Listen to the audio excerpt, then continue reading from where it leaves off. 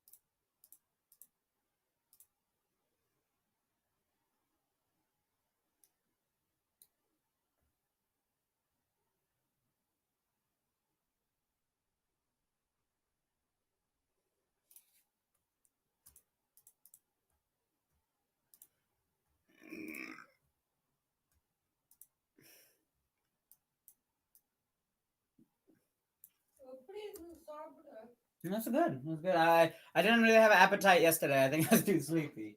But no, today was really good.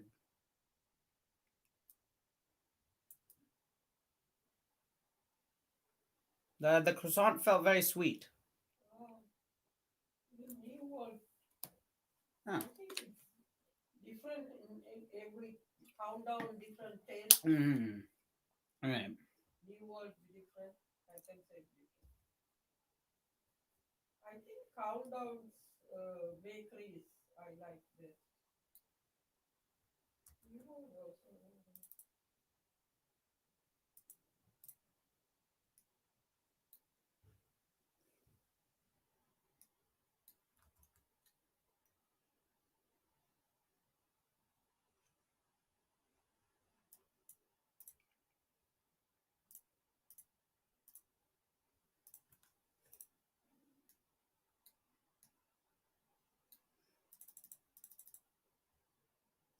It's don't eat less because it's bad for you.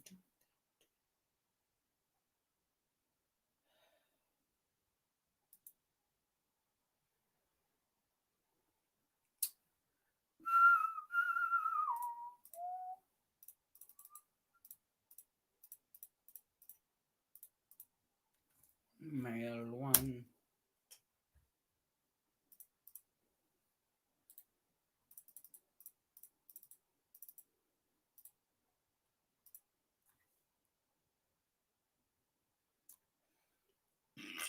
God and me.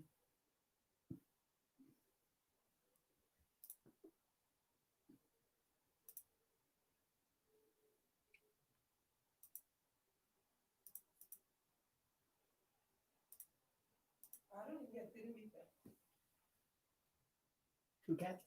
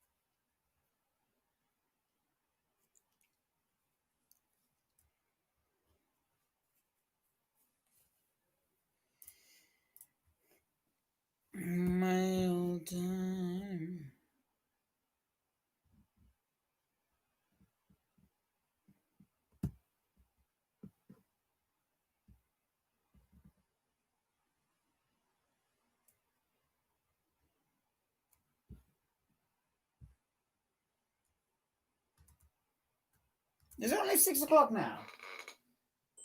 Why does this say 6?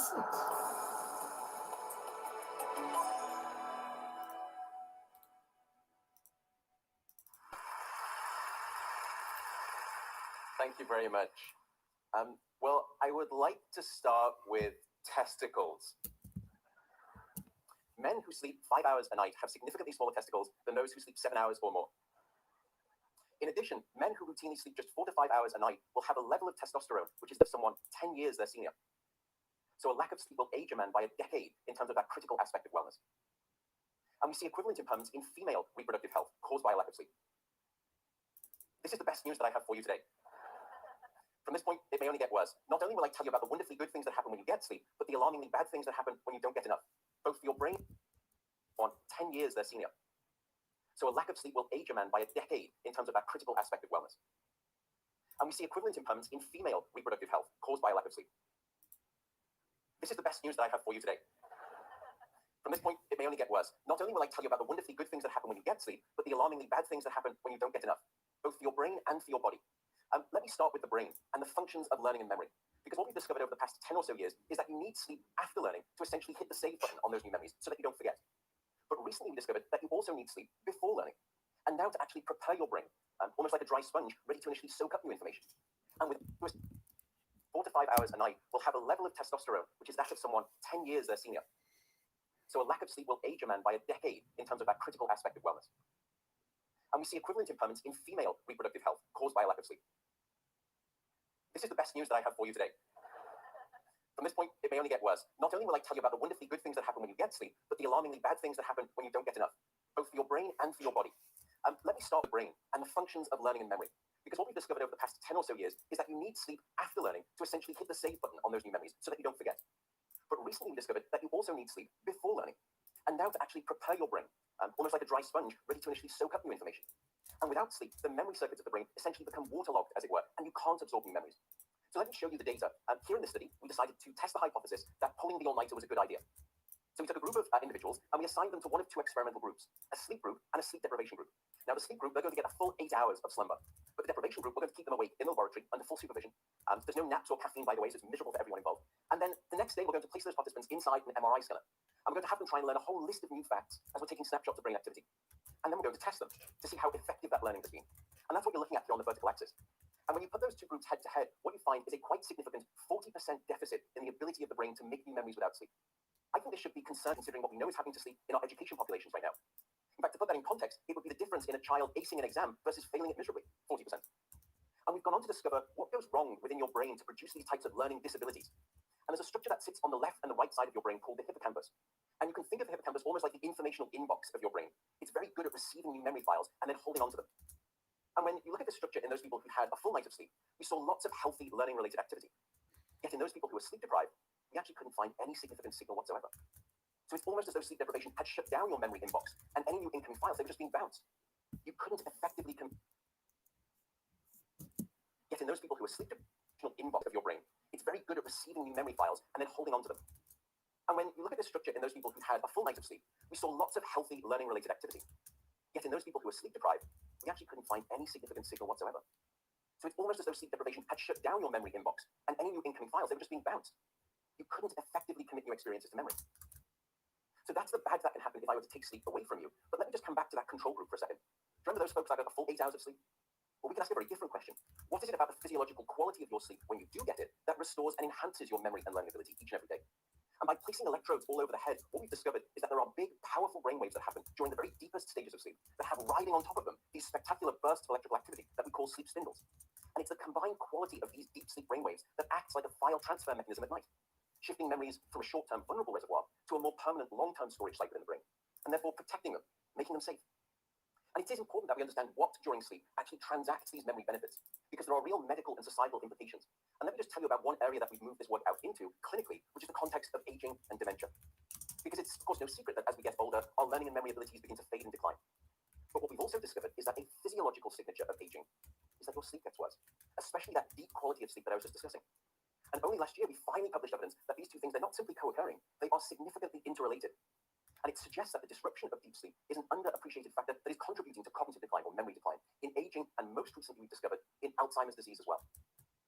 Now, I know it's remarkably depressing news. It's in the mail, it's coming at you, but there's a potential silver lining here. Unlike many of the other factors that we know are associated with aging, for example, changes in the physical structure of the brain, that's fiendishly difficult to treat. But that sleep is a missing piece in the explanatory puzzle of aging and Alzheimer's is exciting because we may be able to do something about it. And one way that we are approaching this at my sleep center is not by using sleeping pills, by the way. Unfortunately, they are blunt instruments that do not produce naturalistic sleep.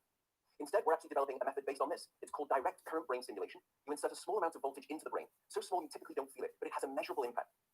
Now, you apply this stimulation during sleep in young, healthy adults, as if you're sort of singing in time with those deep sleep brainwaves. Not only can you amplify the size of those deep sleep brainwaves, but in doing so, we can almost double the amount of memory benefit that you get from sleep. The question now is whether we can translate the same affordable, potentially portable piece of technology into older adults and those with dementia. Can we restore back some healthy quality of deep sleep? And in doing so, can we salvage aspects of their learning and memory function? That is my real hope now. That's one of our moonshot goals, as it were. So that's an example of sleep for your brain, but sleep is just as essential for your body. And we've already spoken about sleep loss and your reproductive system.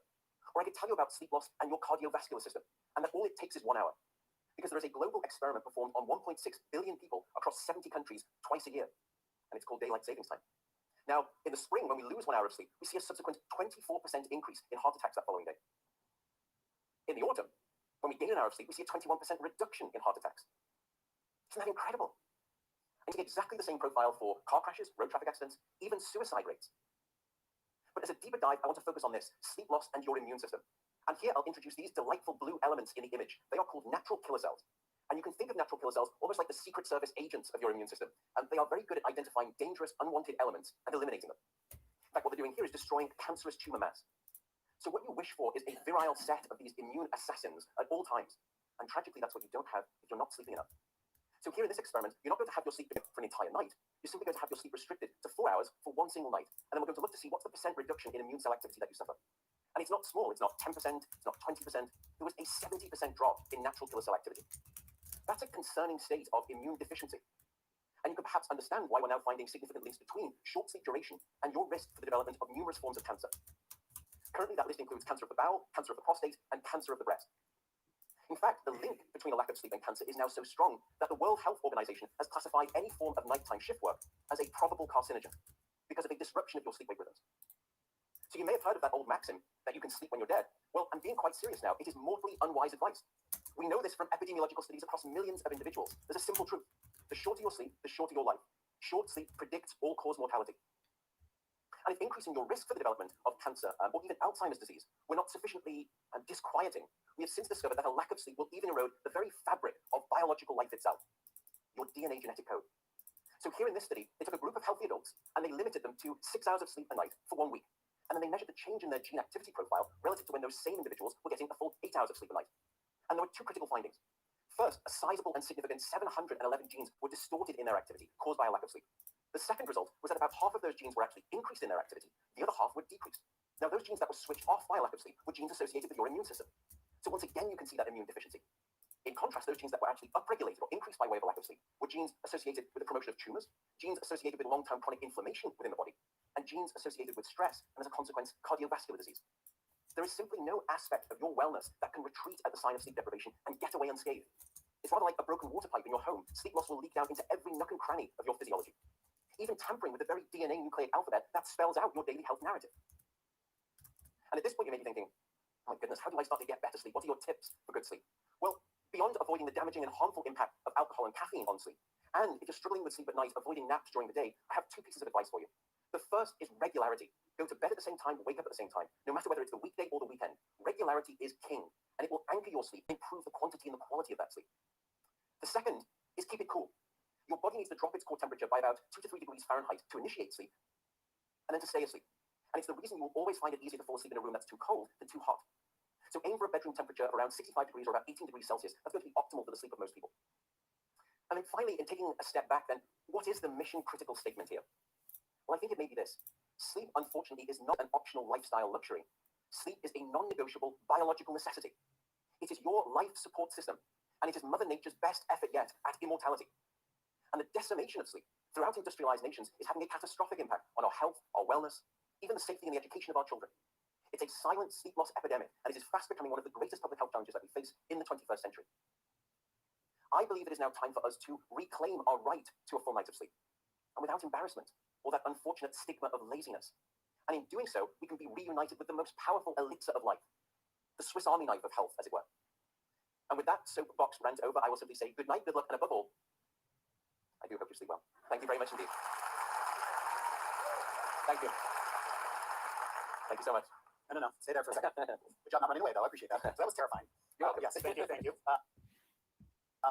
Since we can't catch up on sleep, what are we supposed to do? What do we do when we're like tossing and turning in bed late at night or doing shift work or whatever else? So you're right, we can't catch up on sleep. Sleep is not like the bank. You can't accumulate a debt and then hope to pay it off at a later point in time. I should also note the reason that it's so catastrophic that our health deteriorates so quickly. First is because human beings are the only species that deliberately deprive themselves of sleep for no apparent reason. And we're smart. And I make that point because what it means is that Mother Nature, throughout the course of evolution, has never had to face the challenge of this thing called sleep deprivation. So she's never developed a safety net. And that's why when you undersleep, things just sort of implode so quickly, both within the brain and the body. So you just have to prioritize. Okay. So, but tossing and turning in bed, what do I do? So if you are staying in bed awake for too long, you should get out of bed and go to a different room and do something different. The reason is because your brain will very quickly associate your bedroom with a place of wakefulness. And you need to break that association. So only return to bed when you are sleepy, and that way you will relearn the association that you once had, which is your bed is the place of sleep. So the analogy would be, you'd never sit at the dinner table waiting to get hungry. So why would you lie in bed waiting to get sleepy? All right. Well, thank you for that wake-up call. Great job, Matt. Very welcome. Thank you very much.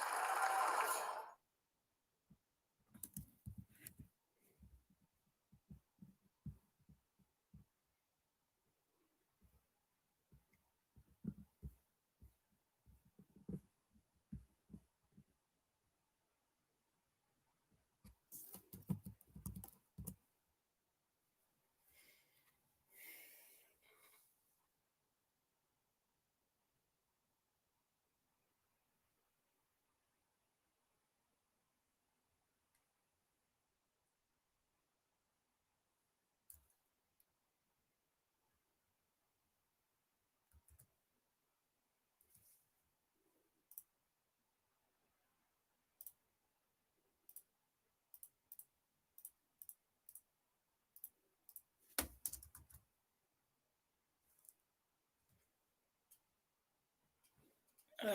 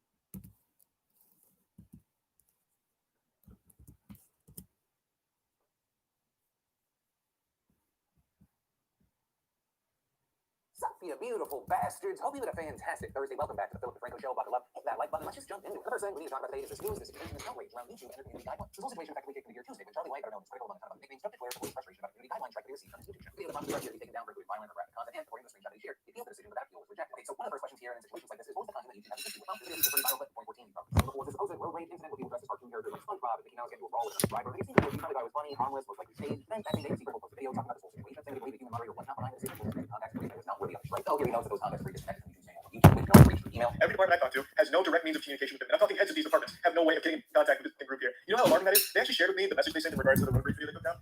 It's 2 lines. It is one line that says we are maintaining our decision to keep the video down, and the second line is a copy and paste of the rules regarding shocking content that's taken right off the Google homepage. That's it. There's no conversation. There's no proof that a human being even wrote that email. It is literally looking like an automated reply. That is what they sent to head of one of these departments who's trying to get in contact and fix this issue. That is a problem. Also, linked to the video below, you talk a lot about YouTube and other types of graphic content, things like animal abuse. Like, when people get very vocal about particular channels breaking rules before, he posts this video pretty confident YouTube would reply to tweet contains their decision. But all it is, they do exactly that. They include contain graphic content, fights, beatings, etc. Related to shots. Then DNS started using hashtag answer us YouTube on the one explanation of what goes on during his review. Also, I'd like to point out how ridiculous this strike was, and also how YouTube enforces their rule. Critical doing Markiplier video for 4 years ago that uses the exact same clip as the one you know, how is it notable to point out Markiplier is a very massive creator, also kind of seen as a preferred sequel work creator, work using the patch is a very cool YouTube original series. Also, Critical here clarifying that he's obviously not trying to snitch on Markiplier, rather trying to highlight how ridiculous this situation is. And that appears to be understood by Markiplier, who tweeted at YouTube Bears Fair Team YouTube Where's My Strike, which YouTube seemingly responded, oh sorry Mark, right here. YouTube actually getting Markiplier his own strike, which is the first we've ever received. Then Mark uploads his own video talks about this whole situation, which is actually currently sitting at number 2 trending on YouTube trending page. Anyway, Mark takes a very strong smart approach, and he's not actually against the rules themselves, because it is not the default that should be taken down. But he knows that there are 2 problems with uneven enforcement communication in YouTube's review process. Also link to that video down below because he makes some great points and suggestions. However, they should know that Markiplier and Critical were both clear in saying their department contacts are great, but not fight so hard for them, like should be that difficult. Also, to insert myself into the story in the smallest way, that is incredibly accurate. I don't know who their contacts are, but that's the exact same situation I feel with mine. Even having to deal with stresses and struggles, we're lucky and fortunate to have those contacts. But the next thing we see in the situation is after the strike of Markiplier, like surprise, Critical tweeted, I'm absolutely shocked YouTube decided to die in this hill, striking even the most wholesome creator on their site by the video was a mistake in the first place. And that tweet blowing up with thousands of likes and retweets, both videos garnering millions of views. So we finally saw an update from YouTube. Continued writing on Twitter, we're not going to die in this hill. You were right. After even further review, your video and others are back up and these strikes have been removed. This was an over enforcement of our policies, especially with the added context commentary as we originally pointed out. And with policies that Mark and Critical saying they appreciate the reversal. Critical they hope we don't have more open dialogue about issues like this. Also, in another video, YouTube recapping everything that happened, thanking everyone for their support. Still, there were a number of people concerned by this whole ordeal. You know, because one thing we're about these very large creators, people also people knowing that small creators don't usually get the YouTube have the voice, the ability, the contact. So I'll say I'm very happy that everything got resolved here, but I understand why this received so much attention and outrage. We can all hope that this situation will change. We're aware of these issues. But I'll say, as a creator on this platform for 14 years now, I do have doubts. I'm hopeful, but I have doubts. Just because during that time span, the only thing that I've seen consistent for creators, that stuff doesn't get done, it does not change unless people openly complain and complain constantly. And that's in part because we're the only thing that's consistent because the scale of YouTube is untenable. Like how much content is uploaded to this platform every single minute. Why? But I think implementation and enforcement of rules, it has to take in mind context. I have serious doubts about the success rate you can see there. You know, that is where I'm going to leave this. And I want to ask the question, are we seeing actual change, progress, openness for a conversation? Or do you maybe see this as an outlier situation that YouTube put out the fire because it was too big? Also, do you think this system in place to get to 24 and new systems will be implemented and actually enforce things properly? My hope is that there's situations where only discuss today, progress can be made, but do you think that it will get there? Yes, no, why not? I love to know your thoughts. But from that, I want to share some stuff I love today and also brought to you by Robinhood. And specifically, Robinhood is fantastic for investment beginners and traders with no commission fees. In addition to being a fantastic sponsor and actually getting great videos from shows you get now easy to clean. The best thing of all is that right now you sign up to Robinhood.com, or you just click that link down below, you link your bank account, you surprise stock will appear in your account. Several limitations to apply, but you break. to your account to get that free stock. As long as the chance that's not value of $2.50 and $10. Also, Robinhood sends you a 1-150 chance getting stocks like Visa, Walmart, even Apple. So yeah, main point, go to Robinhood.com or just click that link in the description down below. You're welcome. Thank you and enjoy. The first of all today is almost everything that Nintendo announced. So I'm a little advisor, the kid that loves Mario. One of the things that you have Super Mario 64, Super Mario Sunshine, Super Mario Galaxy coming to Switch. Well, I have Mario Battle Royale, which I am intrigued by, but will probably stop playing after a week when I realize that everyone is better than me. And then finally, what could be awesome or in the real world might not be as cool. Nintendo announced that Nintendo announced that free stock. Well, there's a chance that's not value of $2.50 and $10. Also, Robinhood sends you a 1-150 chance getting stocks like Visa. And Nintendo announced so. I'm a little advisor, the kid that go to Robinhood.com or just click that link in the description down below. You're welcome. Thank you and enjoy. The first of all today is everything that Nintendo announced. So I'm a little advisor, the kid that loves Mario. One of the things announced you have Super Mario 64. Super Mario Sunshine, Super Mario Galaxy coming to the Switch. Well, as a Mario Battle Royale, which I am intrigued by, but will probably Say the playing after a week when I realize that everyone is better than me. And then finally, what could be awesome or in the real world might not be as cool. Nintendo announced Mario Kart Live Home Circuit, which is their new AR game which will allow you to race on your Switch and using a real world race tool, using several gates that you can place around your house or wherever you make these custom courses, and it looks awesome. And or maybe your pet's worst nightmare. We'll see. Then we got a new trailer for the new Bond movie, No Time to Die. Tori Kelly creating a playlist of her life. Just got Ralph Macchio breaking down his career from Karate Kid to My Cousin Vinny. If you want to see the full versions of everything I just shared, the secret link of the day, really anything at all, links is always in the description down below. And then let's talk about this. Let them send it in and let them go vote. And if their system's as good as they say it is, then obviously they won't be able to vote. If it isn't tabulated, they'll be able to vote. So that's the way it is. And that's what they should do. Send it in early and then go and vote. And if it's not tabulated, you vote. And the vote is going to count. You can't let them take your vote away. These people are playing dirty politics. Dirty politics.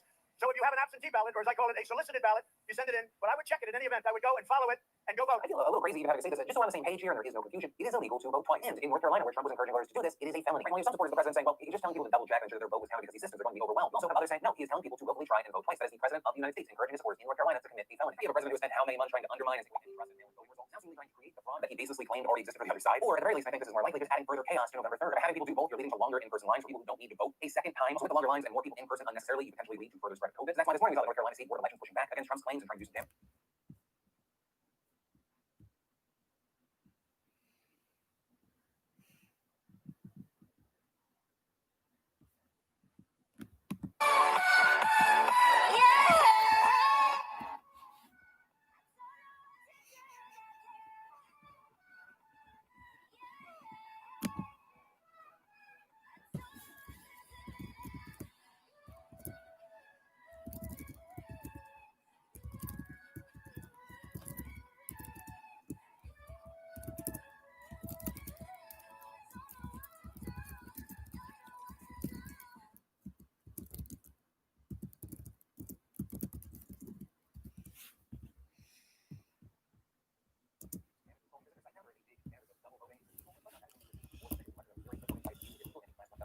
attempting to vote twice in an election or soliciting someone to do so also is a violation of North Carolina law. The statement going on is there are numerous checks in place that prevent double voting. Also noting that the state board conducts audits after each election and would detect if someone tries to vote more than once in an election. So if someone trying to get around the system, their ballot will be found and not counted. In addition to the audit, the board also has a team that investigates allegations of double voting, which are referred to prosecutors when warned. With a statement then going on the list and number of ways for people who sent in absentee ballots to track them and make sure that they were counted. Finally, concluding, the state board office strongly discourages people from showing up at the poll on election day to check whether their absentee ballot was counted. That is not necessary and would lead to longer lines and the possibility of spreading COVID-19. One of the things that's frustrating about the situation is the president and the people around him know what he's doing. They know that telling people to vote by mail and then go in person at the very least is just going to add to chaos. If people actually wanted to double check if their ballot was accepted and they weren't just double checking, there are several ways that people can do so from the comfort of their home. The North Carolina State Board of Elections even outlined in that same statement from before. You can check your voter record. The state board voter search tool to find out whether your ballot was accepted by the county board of elections. North Carolina, you can also sign up for ballot tracks when it launches in the next few days. Track your ballot through the system. It's a new service that will allow voters to track their ballot through the mail and confirm receipt by the county board of elections.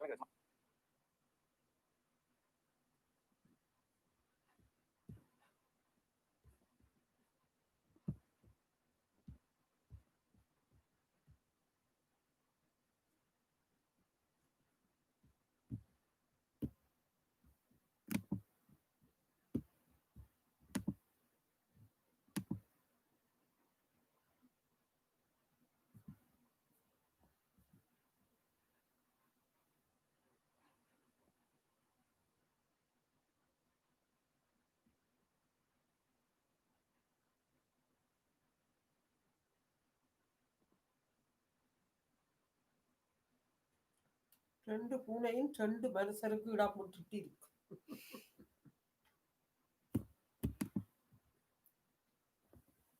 So just a couple of announcements before we jump in today with Moist Critical Decay. On September 4th, we're They going to can't. be Mama releasing நிக்குது. coaching. We're going to have a bunch of spots kind of open up. She's awake. இன்றைக்கு வெயில் அவ்வளவு இல்ல, Claudia இருந்தது. என்ன So for those of you who don't know, coaches are வெயில் இல்ல, basically என்ன people from our community who might make வெயில் இல்லன்ற to jump in today with Moist இன்றைக்கு Critical. வெயில் இருக்கே இல்ல. On September 4th, we're going to be releasing coaching. We're going to have a bunch of spots kind of open up for more coaches. So for those of you who don't know, coaches are basically people from our community who I've trained personally to sort of help people in our community in an attempt to duplicate Dr. K. And they're not me, but they are actually pretty effective people. So part of the cool thing about our coaching program is, I don't know if you guys are aware of this, but I'm a Harvard MD. So I'm a big believer in evidence-based medicine and scientific methodology. And so what we do is collect outcomes. So we sort of measure the effectiveness of our coaches, and they seem to be like pretty good. So coaches are actually like people from our community who are passionate, committed, intelligent, trained for a while. I work with all the coaches on an ongoing basis in terms of supervising and communication. So if they run into an issue with a client, like if you guys are stuck somewhere in a session, I'll sort of give them advice or help them figure out how to help you move forward. So our coaches are really are there to help people overcome issues like what we talk about in streams, to help you understand relationships, help you understand yourself better, help you understand procrastination, things like that. It's not a medical treatment, so the coaches are not here to diagnose or treat your depression or your anxiety. They can certainly help you kind of think about those things and understand those things. So it's not like you can't talk about being anxious, but it's really not. COVID vaccine will require billions of tiny glass wire, and this Italian billionaire family is making. Diagnosis for treatment. So if you guys want to, you can join the wait list. Yeah, coaches get paid. Absolutely. Oh, no, it's a notebook. Hey, good morning, man. Holy shit, you're Moist Critical. What did you say? I said, holy shit, you're Moist Critical. Oh yeah. Do you want an autograph? I can take my sign. No. I didn't realize that was you, dude. Dude, I have actually recently discovered your content, and I think it's awesome. I appreciate that, man. Thank you. I didn't realize you were. You're penguins. Yes, sir. Yep. Yeah, and, I know it's crazy because, like, I swear to God. So you remember we were on that podcast together, and they introduced you as Charlie, right? So I was like, okay, there's a dude here named Charlie, and I was like, damn, that Charlie dude asks like really good questions, and is like really like thoughtful about his questions. I was like, that's a cool guy. And then I didn't realize, like, and I was like, oh, like it'd be cool if you could hang out sometime, talk more, because I really wanted. I know you'd ask questions. There are a lot of people who are asking questions about mental health, and I thought that was like really cool. And then recently I saw a couple of your videos about like Leafy getting banned, and then something today about like animal videos on YouTube, and I was like, hey, it's that Charlie guy. And then I saw that your name was Penguins, and I was like, okay, so I guess his name's Penguins. And then I shit you not, and like let me show you. Anyway, I was just gonna I was taking a dump this morning, and I was watching your video about animal videos on YouTube. That's a scary rabbit hole right there. That'll ruin your shitting experience. Yeah. So, and I didn't realize you were known as Moist Critical. So I apologize. Yeah, I have this terrible habit of just making random fucking names on every platform. It's awful, but it is what it is. Twitch has not seen me to show the dump. Can you prove that? Yeah, it's too late for that. But it's funny. We talk a lot about poop in my household. Because in traditional Indian medicine, a good sign of proper digestion and diet is your poop. And so, yeah, that's how they used to tell whether whether your bowels are functioning properly or whatnot. But they used to use a long time ago. The Vikings used to use onion soup, and if they could smell it through your wounds, it meant you were going to die because the infection spread or something, right? Fascinating. I didn't know that, but I guess that makes sense. Interesting. Yeah. In ancient India, speaking of excretory material, a good way that they would test whether you had diabetes or not is they would have you piss near an ant now. And if the ants came and actually like drank up the piss, it meant that you had sugar in your urine and then the diabetes. Wow, that's huge. Yeah, it was really great. But theoretically, people also maybe were just drinking urine, which is possible. But I like the ant test. Yeah, the ant test seems a little more sound. Yeah, involves consuming less urine, so we're big fans of that. Absolutely. So, what do you want me to call you? Snowy. Charlie, or? Oh yeah, just Charlie. You don't have to use any like titles or anything. Man. Snowy. And so tell me a little bit. Is there something in particular? I've noticed that some my producers have like put a list of questions, but is there something that you want to talk about today, or something that can be helpful? Okay, that sounds great to me. So just to clarify, sometimes I have personal conversations with people about their life, and sometimes I talk with people about themselves. Do you have preference? Are we shooting the shit about other things, or are we talking about you? Well, you actually brought up something interesting. If we can talk about addiction, that's kind of become pretty prevalent in my community recently because I'm sure you would understand. I've been very big into buying Yu-Gi-Oh boxes and opening them on stream. And some simpleton would refer to this as a form of gambling. It's because not like EA loot boxes. You're buying a mystery. I consider it mystery investing in the Yu-Gi-Oh cards. But there's a lot of people who have a susceptibility to gambling because of this. What do you think? I think it's simply for the fun of opening some Yu-Gi-Oh cards, the unexpected thrill when we pull that Starlight, that rush of dopamine. I think all of that sounds like a gambling addiction, but I think what it actually is, the thrill of it fun. That's fun with the chat. You get to shoot the shit in the chat, make some jokes, get very disappointed when we don't pull a Starlight. We get to feel highs and lows. And so maybe I do have a gambling addiction. What do you think? I wouldn't know. I mean, so far all I know is that you're a guy who opens Yu-Gi-Oh cards. Right. So let me ask you, so my understanding is that Yu-Gi-Oh is a card game, right? Yeah. Do you play the game? No, I just collect the cards. Okay. Right. So that's like let's think about a spectrum of addiction. So you've just shifted towards addiction, right? But at the same time, people collect all kinds of stuff. So it doesn't necessarily mean that you're addicted. Like people collect stamps, right? So Right, that's useless. And are Yu-Gi-Oh cards useful if you don't play a game with them? It's the implication. I could battle if I needed to. I can make some monster decks, and I think that's what makes me scary to the community. That you could unleash your monster deck of Yu-Gi-Oh cards on some unsuspecting noob if the reason arose. Yeah, but you can't do that with stamps. Like, what are you gonna do with stamps? Just throw them at someone that's worthless. You're gonna send mail. Oh, yeah, who cares, right? Yeah, like a ballot, something like that, a letter. Okay, so I mean, are you serious that your community kind of jokes about maybe you having like an addiction to? Yeah, so I don't know if it's. I know at least a couple people earnestly think I have an addiction. I don't, but maybe like they grew up in a household or an environment where they were around people that maybe had like a real gambling addiction. Maybe went to the casino more times than they should, stuff like that. I don't see the same qualities here because I made it pretty clear that it's just for like the stream content and the fun and highlight the videos for YouTube because I think a lot of the fun comes from just like the unexpected pulls and like the the jokes you can make when a bad card comes up. I think it's more about the journey instead of the destination. I don't really think it's more like I'm there to make money or I'm gonna be really fucking disappointed if I don't get this one thing. And I don't think a lot of people can recognize the difference between just that kind of stuff for some content versus a real gambling problem or a real addictive personality disorder. Okay, so is it okay if we talk about that for a second? Mm-hmm. So maybe what we can do, Charlie, and I'm thrilled that we're having this conversation. So I would love to have this conversation. It's like we can talk about what addiction is, right? So what do you think makes an addiction? How do we know whether someone is addicted to something? Like, do I just enjoy gambling, or am I addicted? What do you think? So I guess in my perspective, I think it becomes an addiction when it becomes like the forefront of your mind. What do you think?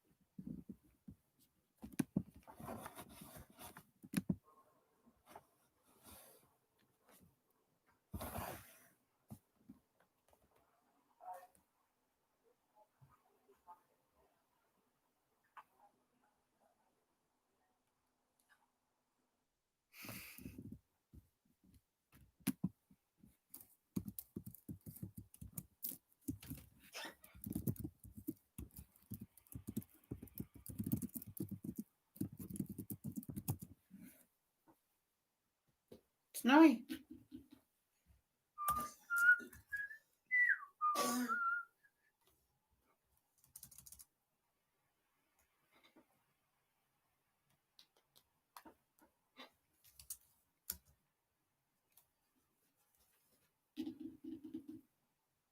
Snowy, what are you doing? Come to me.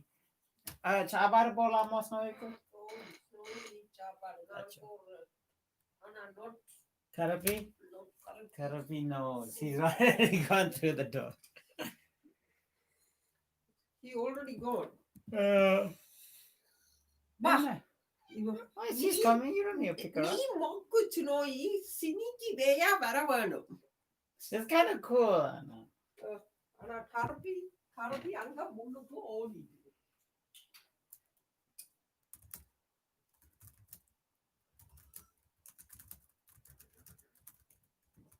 Sorry, Karabi. Sorry. நீ ஓடம் தானே.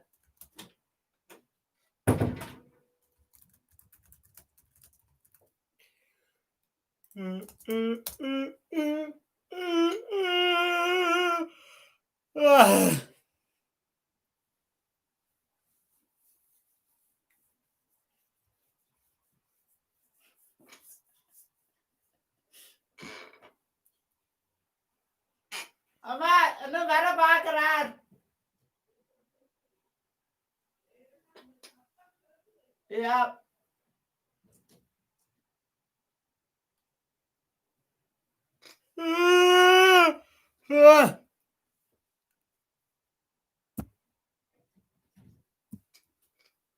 I made it through. Amma is coming. Amma.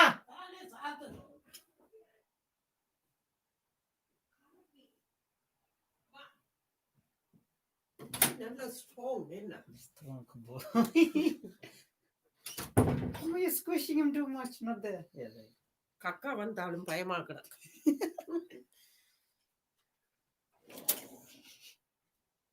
I was thinking more Stang, but okay. Yeah, buddy. இவ snowy கொஞ்ச காலம் வந்து அங்கால scratch பண்ணும்.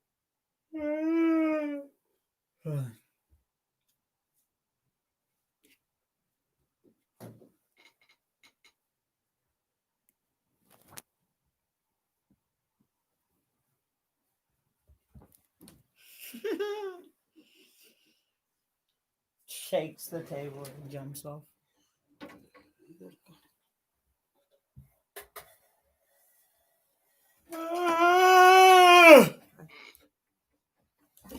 I'm sorry. Sorry. No, you're okay. Another? Oh, cuma laundry.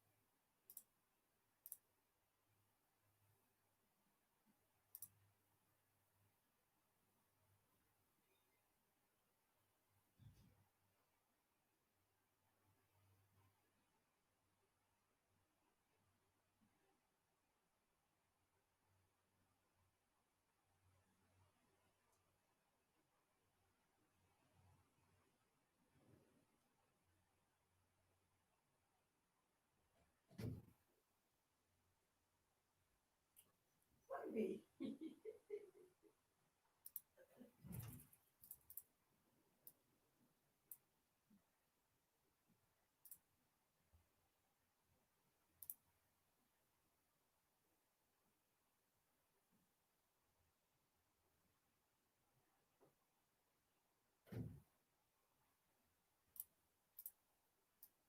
உனக்கு இது கூடினா சொல்லு, heat கூடினா. Thanks so much, Oliver.